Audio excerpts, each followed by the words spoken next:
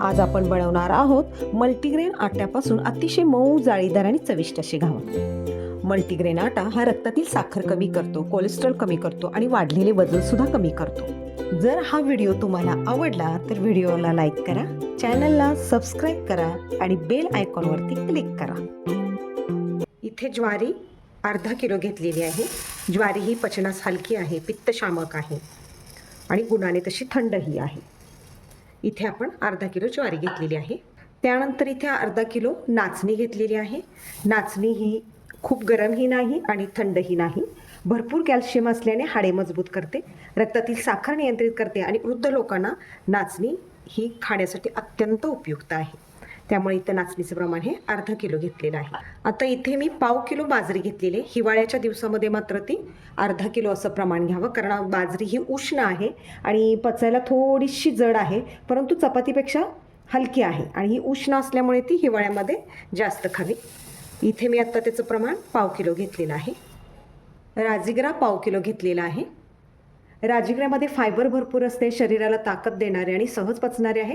यातही कॅल्शियम भरपूर आहे आणि हाडांसाठी आणि रक्तवाढीसाठी राजगिरा हा अत्यंत उपयुक्त आहे। राजगिऱ्याच्या लाह्या, राजगिऱ्याचे लाडू, यामध्ये राजगिऱ्याच्या लाडूमध्ये परत गोडवा आला, त्यामुळे हे धान्यामध्ये जर खाल्लं तर मधुमेहींसाठी आणि वजन कमी करण्यासाठी अत्यंत उपयुक्त आहे। पाव किलो काळे हरभरे घेतलेले आहेत। यामध्ये भरपूर प्रथिने असल्याने शरीराला ताकद देतो, स्नायूंना पोषण मिळवून देतो हा हरभरा।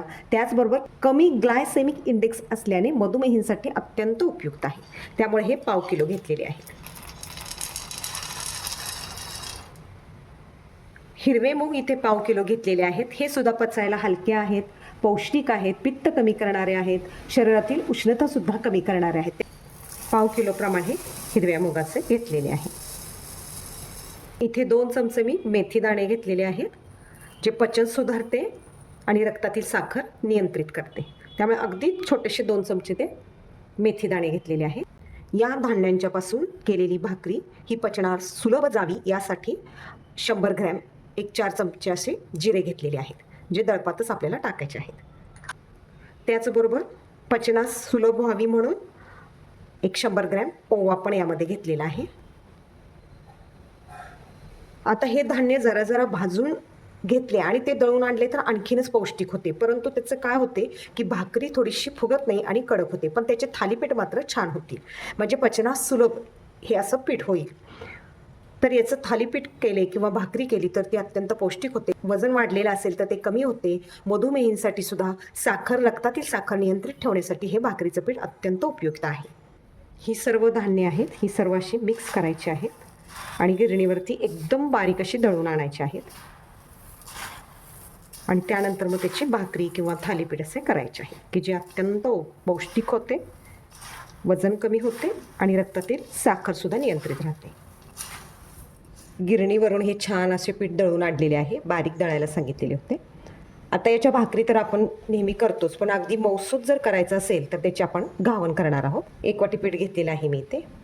या 1 वाटी पिठासाठी बरोबर याच वाटीने आपण 2 वाट्या पाणी घालणार आहोत। असे 2 वाट्या पाणी घालायचे आहे। ही दुसरी वाटी,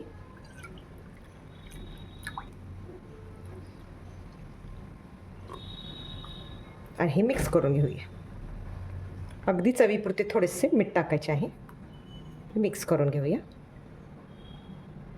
तव्याला थोडेसे तेल लावून घेऊया। तवा गरम झालेला आहे, कडेनं सोडत जाऊया।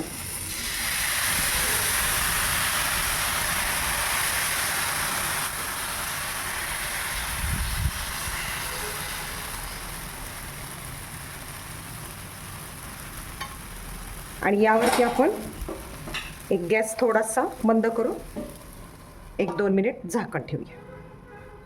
1-2 मिनिट झालेले आहे, थोडाच वेळ ठेवायचा आहे।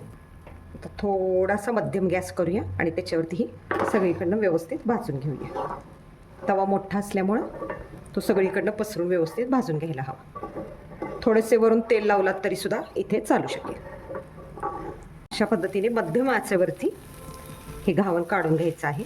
गरम गरम खाल्ल्यास थोडेसे क्रिस्पी पण लागते आणि थोडा वेळ जर झाकून ठेवले आपण असे तर अगदी मऊसूत होते ते। थंड झाल्यानंतर सुद्धा ते मऊसूत लागते. वृद्ध लोकांना मऊसूत खाण्यासाठी ते उपयुक्त आहे. गॅसच्या मोठ्या आचेवरती एक अर्धा मिनिट आपण ठेवूया आणि काढून घेऊ. आता हे आपण काढून घेऊया. अगदी छान असं हे झालेलं. अशा रीतीने हे आपले घावन तयार होते मल्टीग्रेन पिठाचे.